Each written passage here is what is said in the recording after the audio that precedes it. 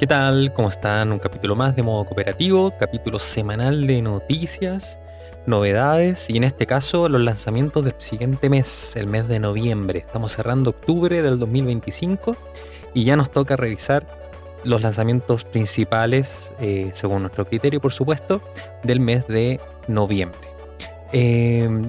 Como siempre, saludar y agradecer a todos los que nos escuchan cada semana. Esta semana sacamos 3 capítulos. Estamos muy productivos, estamos con todas las ganas. Por favor, síganos en redes sociales donde estamos activándonos cada vez más. Y déjenos sus comentarios en la plataforma de podcast donde nos estén escuchando, porque eso nos da información valiosa. Consideramos todos los comentarios que nos dejen ahí y además también nos permite saber que están ahí, ¿ya? Así que, y posicionarnos por supuesto como podcast poco a poco e ir creciendo, que esa es la idea. Así que bueno, esta semana, como ya les comenté, vamos a hacer un recorrido por las noticias, también las noticias de la semana, junto con los lanzamientos, y vamos a tocar la sección retro como lo hacemos cada semana, y esta vez sí nos vamos a saltar la sección de qué estamos jugando, porque en verdad estamos jugando prácticamente lo mismo que la semana pasada, una semana dura de trabajo, cierre de mes, por lo tanto preferimos extendernos un poco más en la parte de noticias y pasar un poco de la sección a que estamos jugando. Así que sin más, vamos con todo. Soy Carlos Escobar y este es un capítulo más de modo cooperativo.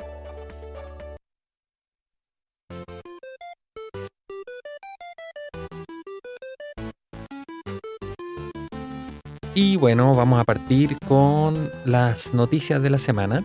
Esta semana sí tenemos un poquito más de noticias que las últimas de octubre. Warner Bros. Discovery se pone a la venta y sale la pregunta inmediatamente para todos los fanáticos de ciertas franquicias de la marca: ¿qué va a pasar con la división de videojuegos? Bueno, esto se anunció a fines de octubre y efectivamente se está evaluando la posibilidad de vender también la división de estudios y contenidos, lo cual incluye videojuegos de Warner.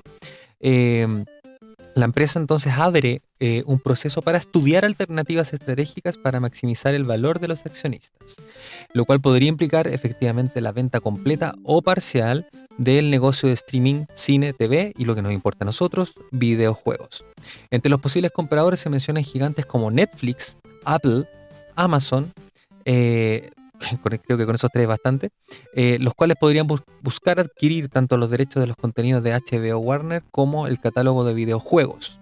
La división de videojuegos de Warner, recordemos que incluye IPs de alto valor como Hogwarts Legacy recientemente, Mortal Kombat en todas sus versiones y otros grandes títulos, ¿cierto?, que podríamos pasar aquí a revisar, además de todas las franquicias que tiene en algunos otros títulos que ya no desarrollan ellos. ¿Qué significaría para los jugadores? Bueno, podría haber una reestructuración de estudios, cambios de prioridad en las franquicias que tenemos hasta hoy en día, o incluso la migración de juegos a otros ecosistemas o servicios de suscripción. No olvidar que está Netflix ahí entre medio. Y un comprador orientado al streaming como Netflix, ¿cierto?, podría tomar el control y podría priorizar esta integración con los videojuegos en su plataforma, o cobrar licencias a externos o recortar ciertos lanzamientos que estábamos esperando. Para la industria latina es una señal de que estos grandes holdings de videojuegos en realidad cada vez están apostando al mundo del contenido por servicio, ¿cierto? Y menos a estos activos, podríamos considerar, más individuales. Así que, bueno, esperemos qué va a pasar. Es una señal de alerta, pero no es algo que esté consumado. Por lo menos no estamos hablando de una compra de unos inversores saudíes como revisamos la semana pasada. Así que esperemos que igual dentro de la industria del entretenimiento tengamos buenas noticias también para los videojugadores y a lo mejor incluso se potencia la parte de videojuegos de Warner. Vamos a ver. Sony Interactive Entertainment demanda a Tencent por la presunta copia de su saga Horizon Zero Dawn. Sony Interactive presentó una demanda en Estados Unidos contra Tencent, alegando que el juego Light of Mochiram, desarrollado por la subsidiaria de Tencent Polaris Quest, es una copia descarada de Horizon Zero Dawn. Yo diría que sí. Bueno, Sony acusa que el videojuego de Tencent entonces reproduce elementos distintivos de Horizon, un mundo post-apocalíptico con máquinas animales. Sí, en verdad eso es bastante similar. Una protagonista femenina pelirroja con un equipo de escaneo y un estilo visual bastante similar. Innegable. La demanda incluye infracción de derechos de autor y marcas registradas. Sony busca bloqueos, daños y que el juego sea retirado o modificado de manera sustancial. Tencent respondió con una moción para desestimar el caso, argumentando que Sony ha demandado a las entidades equivocadas, que no ha demostrado jurisdicción o conducta específica y que la fama no crea una marca registrada. Wow. Desde la publicación de la demanda, Tencent modificó la página de Steam del juego, cambió el arte clave e incluso retrasó el lanzamiento original para evitar conflictos. ¿Qué impacto puede tener esto en la industria? El caso muestra, ¿cierto?, que estos grandes estudios están tomando medidas legales para proteger sus franquicias, y ahora, más allá de lo que veíamos comúnmente, puede abrir precedentes sobre qué tan reutilizables son ciertos géneros o estructuras de un juego sin violar estos derechos de autor. Y para nosotros los jugadores podríamos ver cancelaciones de lanzamientos o modificaciones de los juegos en desarrollo, eh, y cambiar un poco esas expectativas que teníamos. Yo creo que el juego se veía bastante interesante. Evidentemente, olía a Horizon, pero de ahí que se baje, no sé. O sea, si en su momento Nintendo no lo logró o Pokémon no lo logró con títulos chinos que olían también, o incluso había uno español, no sé si recuerdo, Temtem creo que se llama, que se parece muchísimo, y así todo está publicado, incluso se puede jugar en Nintendo Switch. Esperemos que aquí ocurra lo mismo. Yo creo que no son copias tan calcadas. O sea, yo creo que incluso, yo no recuerdo bien cómo se llamaba la copia de Pokémon que salió hace poco de una empresa china.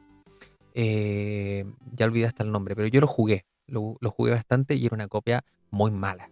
O sea, más allá de que algunas personas aplaudían los gráficos, porque efectivamente los gráficos era por un tema, eran muy genéricos, hay que decir que eran muy genéricos, y copias descaradísimas de modelos de algunos Pokémon, pero era bien vacío el juego, lleno de fallas, lleno de bugs, que es lo que más le critican también luego a Game Freak. Así que tampoco era tan deseable de jugar, era como la novedad de ver estos juegos que olían o sonaban a imitación, ¿ya? Así que en realidad no era tan importante la copia, y finalmente el juego sigue pudiéndose jugar y descargar de Steam, está en Game Pass incluso, así que no pasó a mayores. Así que bueno, vamos a ver cómo evoluciona esa noticia y cómo le va a Sony en su demanda, porque últimamente las demandas por derechos de autor no han salido muy bien, ¿ya? Así que vamos a ver cómo termina esta historia. Bueno, vamos a los lanzamientos del mes de noviembre. Vamos a partir con Call of Duty Black Ops 7, que sale el día 14 de noviembre para las plataformas PlayStation 4, PlayStation 5, Xbox One y Xbox Series S y X y PC. Xbox One, todavía sale un juego para Xbox One. Esa me sorprendió, no me lo esperaba. Bueno, la desarrolladora es Treyarch y Raven Software con Activision, evidentemente. Un precio estimado de $70 en Estados Unidos. ¿Y aquí de qué estamos hablando? Estamos hablando de la octava entrega de la principal de la subserie Black Ops, que está ambientada en el año 2035. Sigue al jefe David Mason en una operación contra el resurgente enemigo que amenaza al mundo. Temática, en realidad, es corta la parte de campaña. Incluye una campaña cooperativa, un modo multijugador y un modo zombies renovado, lo que nos viene dando la franquicia hace muchísimo tiempo. La saga, como sabemos, lleva años dominando los lanzamientos del mes de noviembre, porque suelen sacar casi anualmente nuevos títulos, no actualizaciones, títulos. Y aquí se revierte un poco la fórmula con nuevos modos y una ambientación near future, como la han llamado. ¿Vale la pena? A los que ya juegan FPS normalmente, la verdad es que el sistema de progresión, según los críticos y los modos, en verdad hay que ver qué tan innovadores son, y ahí podría estar la clave del éxito. Ahora, en la crítica previa no les fue tan bien, le fue mucho mejor a Battlefield, sin duda, aunque yo insisto que no son competidores. Yo no creo que haya migración de jugadores de Call of Duty a Battlefield. Yo creo que son cosas distintas y perfectamente compatibles. Así que bueno, vamos a ver cómo le va. Esto también hay que destacar que sale de lanzamiento en Xbox Game Pass, obviamente la edición tope, pero día 1, ¿ya? Hyrule Warriors Age of Imprisonment sale el 6 de noviembre, la próxima semana, para Nintendo Switch 2. Esta es una colaboración entre Nintendo y Koei Tecmo. El juego va a costar entre $59 y $69, y estamos hablando de un spin-off de The Legend of Zelda, de la, digamos, de la saga Tears of the Kingdom o Breath of the Wild, dependiendo de cómo lo quieran ver. Está centrado en la acción hack and slash, un estilo Dynasty Warriors, conocido por varios, ambientado antes de Tears of the Kingdom, y incluye un modo cooperativo en pantalla dividida, eso se agradece, y nuevas armas, ¿ya? La verdad es que gráficamente se ve muy bien. Yo no sé si es necesariamente, uno podría decir esto es lo que estábamos esperando para ver la potencia máxima de la Switch 2, creo que está lejos de eso, pero sí se ve muy bien y al menos los videos que se han logrado revisar, se ve cómo fluye y pareciera que los FPS son bastante estables, que es lo que uno esperaría de una consola ya de siguiente generación en, en el contexto y el ecosistema Nintendo. Eh, por lo tanto, aquí, bueno, lo que busca Nintendo efectivamente es atraer a los fans de Zelda, que por supuesto nos interesa muchísimo, aunque no seamos tan fanáticos del hack and slash, ya jugadores de acción que de repente podrían fusionarse, digamos, en este lanzamiento. El riesgo es que, la verdad es que, como siempre, como ocurrió anteriormente con Dynasty Warriors, es una apuesta a ver cómo impacta en los fans tradicionales de la saga, pero en realidad yo creo que los fans tradicionales de la saga no sabemos perfectamente que este no es un juego de la línea principal, es un spin-off en regla y por lo tanto se puede tomar ciertas licencias. Esperemos que le vaya bien. Atelier Ryza 3, Alchemist of the End and the Secret Key DX. Fecha de lanzamiento 13 de noviembre, sale para PC5, PC4, Switch 2, Switch y PC. No sabía que salía para Switch normal. El editor es Gast y Koei Tecmo, nuevamente, 49 a 59 dólares. Es la tercera entrega de la saga Atelier Ryza. Combina elementos JRPG, alquimia, gestión de recursos y exploración, algo muy conocido. Y esta es la versión de X, que incluye contenido adicional y mejoras gráficas que también se han logrado ver por ahí. Y la verdad es que sí se ve un avance importante, pero el juego sigue siendo lo mismo, lo conocido. Bastante entretenido para mucha gente. A mí también me entretuvo un par de horas las versiones anteriores, así que espero que sea lo mismo. Es ideal para los que siguen la saga sin duda y vamos a ver si es que logra añadir suficientes cosas para los que a lo mejor se quisieran integrar recién ahora en el número 3 de la saga. Vamos a ver cómo sale. Yakuza Kiwami, versión de Nintendo Switch 2, sale el 13 de noviembre. Bueno, acá entendemos que igual va a haber algún tipo de reedición para PS4, PS5, PC. Acá vamos a analizarlo desde la perspectiva de Switch 2. Este juego, el editor es Sega, entre 49 y 59 dólares. Es un remake del Yakuza original del 2005. ¿Ya? Se adapta para nueva generación, mejoras de gráficos, jugabilidad. Lo clásico, una historia con humor, ¿cierto? Acción, con drama. Yo creo que todos los que escuchan el canal saben de qué se trata Yakuza. En un remake que se ve también muy, muy, muy interesante. Y una buena señal, por supuesto, para los usuarios y dueños de una Switch 2, porque llega a llenar nuestro catálogo con títulos bastante deseables. Y podría ser esta quizá la versión definitiva de lo que ya es un clásico de los videojuegos. Menciones que no vamos a entrar en detalle. También sale Vampire the Masquerade Bloodlines 2. Sale Jurassic World Evolution 3, que ya lo nombramos, y Painkiller, que también salen durante este mes de noviembre. Así que un mes con bastantes lanzamientos y algunos que nos dejamos en carpeta, no porque consideremos que son menores, sino que porque probablemente los vamos a detallar un poco más en las fechas de lanzamiento y podremos profundizar un poco más en lo que nos traen al catálogo. Y ahora una noticia especial al final de la sección de noticias, y es el anuncio de Nintendo, como siempre sorpresivo, que no lo esperaba nadie, yo no me lo esperaba, como seguidor de esta franquicia, un parche para Animal Crossing New Horizons.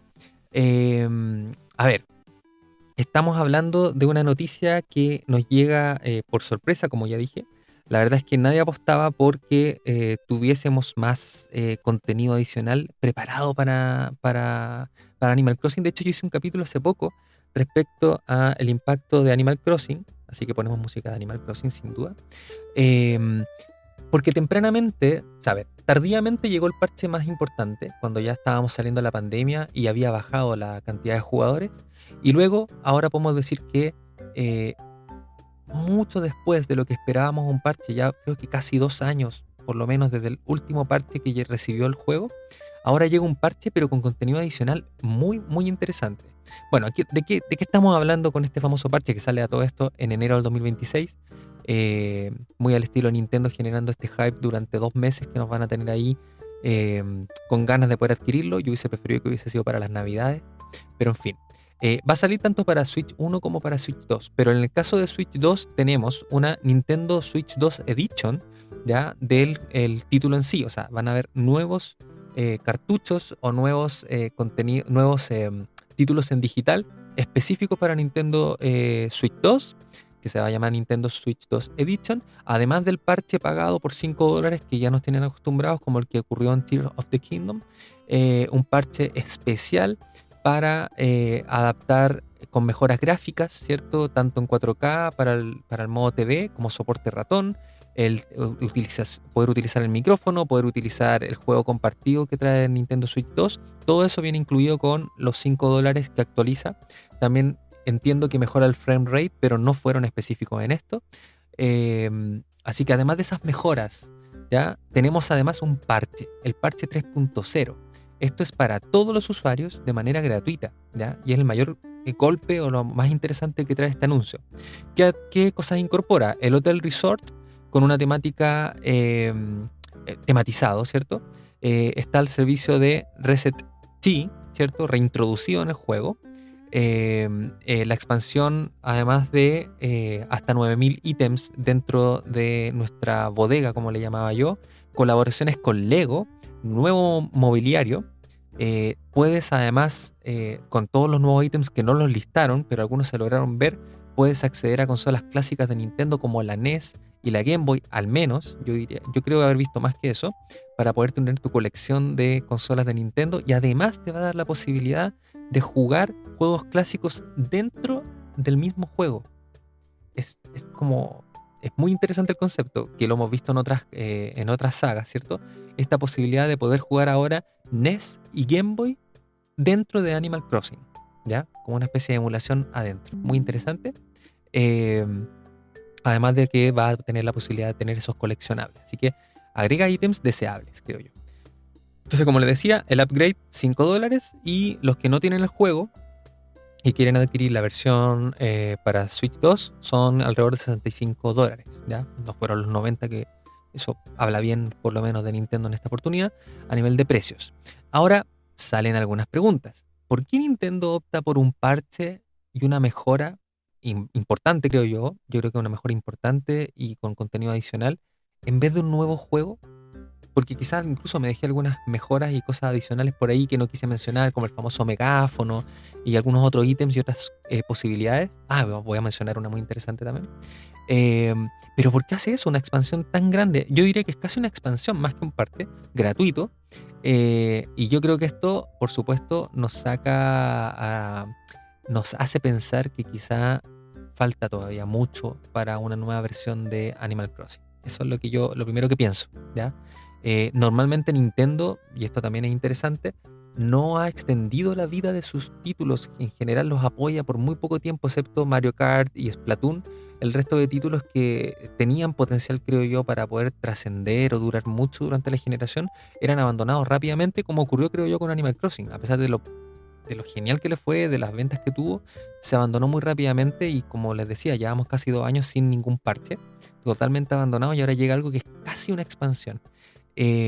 Así que vamos a ver qué viene. Yo en lo personal lo agradezco muchísimo, sobre todo porque es gratuito todo este contenido adicional, así que esperemos que se vuelva a reactivar la comunidad de Animal Crossing, y muchas familias, como en mi caso, volvamos a jugar en nuestras islas, porque además, y aquí menciono lo último, este título trae la posibilidad de que ahora sí estas islas oníricas, ¿cierto? Cuando te ibas a dormir, tengan más sentido. A mí la verdad es que cuando apareció el parche en su momento y tenía las islas oníricas, creo que las visité solo para saber cómo era, porque no me interesaba, porque en verdad lo que pasaba ahí no tenía ninguna relevancia en el juego. Ahora sí, ahora puedes crear islas desde cero, con todas las posibilidades de edición rápidamente, incluso la construcción de puentes y rampas en el momento. Es como una especie de modo sandbox, podría ser, donde puedes crear tu isla con todo lo que tienes en la vida real, entre comillas, ¿cierto? La no onírica, pero además puedes invitar a personas a tu isla, a tus amigos, familiares, y crear juntos una nueva isla. construir al mismo tiempo, romper el suelo, crear digamos, zonas nuevas, agua, todo lo que hacemos normalmente en nuestra isla, solos, y que no se podía hacer estando con alguien en la isla, ahora en la isla onírica, incluso tienes hasta 3 islas oníricas que puedes crear. eh, Puedes hacerlo en conjunto con otras personas al mismo tiempo, quitar objetos, poner objetos, ellos pueden traer sus propios objetos.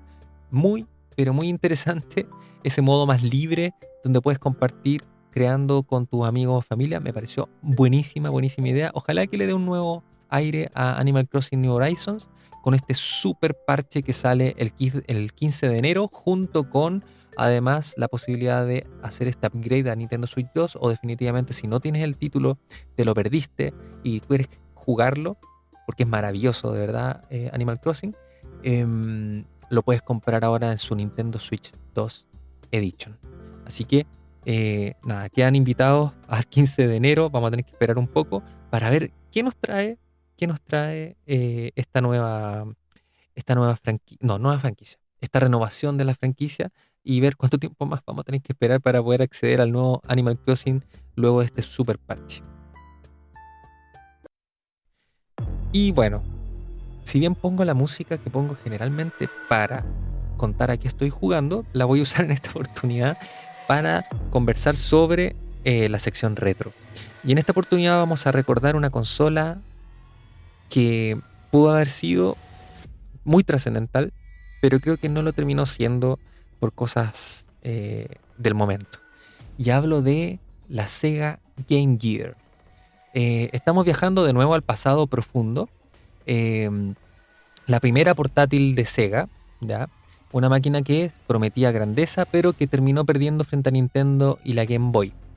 El lanzamiento de esta consola fue el 6 de octubre del año 1990 en Japón y en 1991 en Estados Unidos, con un procesador Zilog Z80 a 3.5 MHz, una pantalla retroiluminada, dato muy importante, a color de 3.2 pulgadas, de 160 por 144 píxeles, capaz de mostrar hasta 32 colores con una paleta de 4096.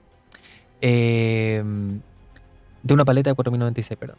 El potencial: tenía pantalla color, tenía un sonido muy muy bueno para la época, un diseño apaisado horizontal con gran amplitud, y en teoría era mucho mucho mejor que la consola de Nintendo.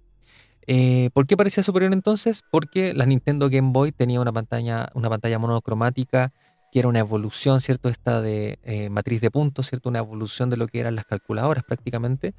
En cambio, la Game Gear ya ofrecía juegos en color y una pantalla retroiluminada que tardó muchísimos años en llegar a Nintendo, lo cual al final se transformó en su estrategia de marketing. Esta era una consola portátil para el hombre maduro, con portátil de verdad. Así lo vendían en Estados Unidos con una campaña publicitaria tremendamente agresiva.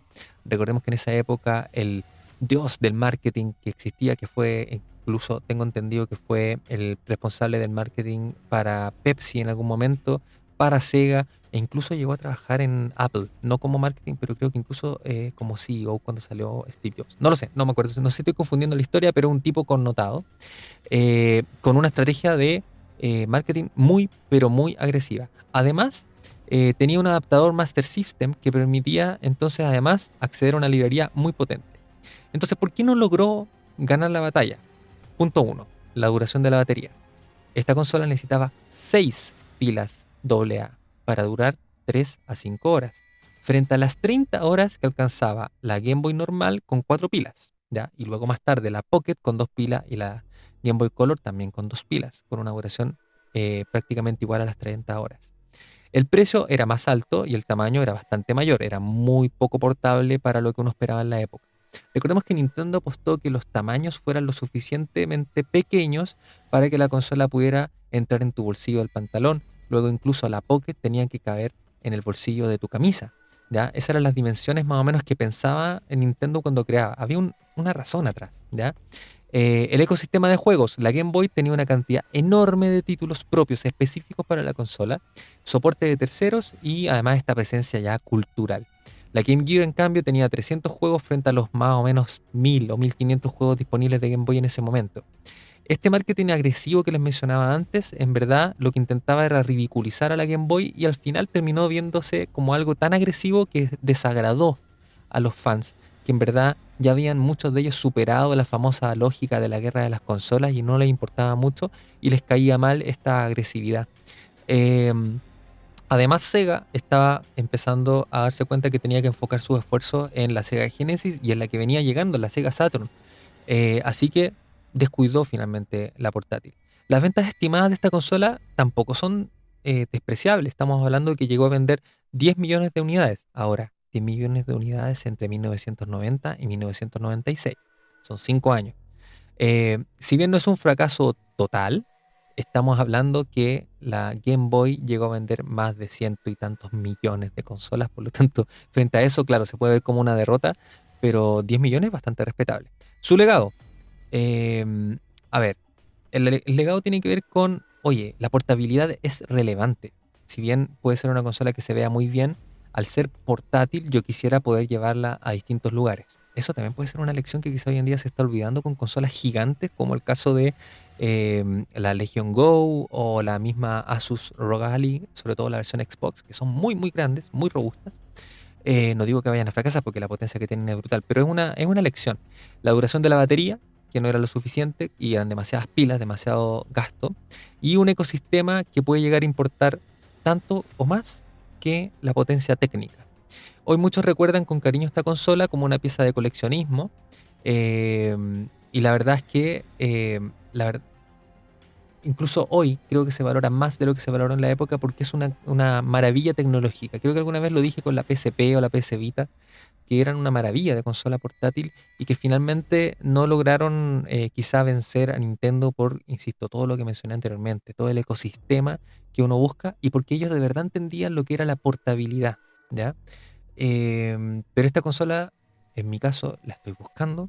Voy a ver si la puedo incorporar a mi colección, porque me parece que es una pieza de historia muy importante y ya hemos superado esas guerras de niños chicos entre Nintendo y Sega, competencia que en verdad nunca debió haber existido, pero que era esa época hostil, ¿cierto? Que hasta incluso los reclames de la televisión hacían un poco alarde a esto de la consola para niños y la consola para adultos, pero en realidad hoy en día eso ya se ha derribado afortunadamente, así que eso fue un recuerdo a una consola, también podríamos decir, quizás no adelantada a su época, ¿eh? Yo creo que es al revés, la Game Boy estaba atrasada en su época, pero fue funcional, eh, entendió lo que querían los consumidores y a pesar de tener, como siempre, un hardware inferior, que es lo que suele hacer Nintendo y que es lo que mejor le ha funcionado, finalmente termina ganando eh, esta especie de batalla, no voy a decir guerra, esta batalla entre consolas.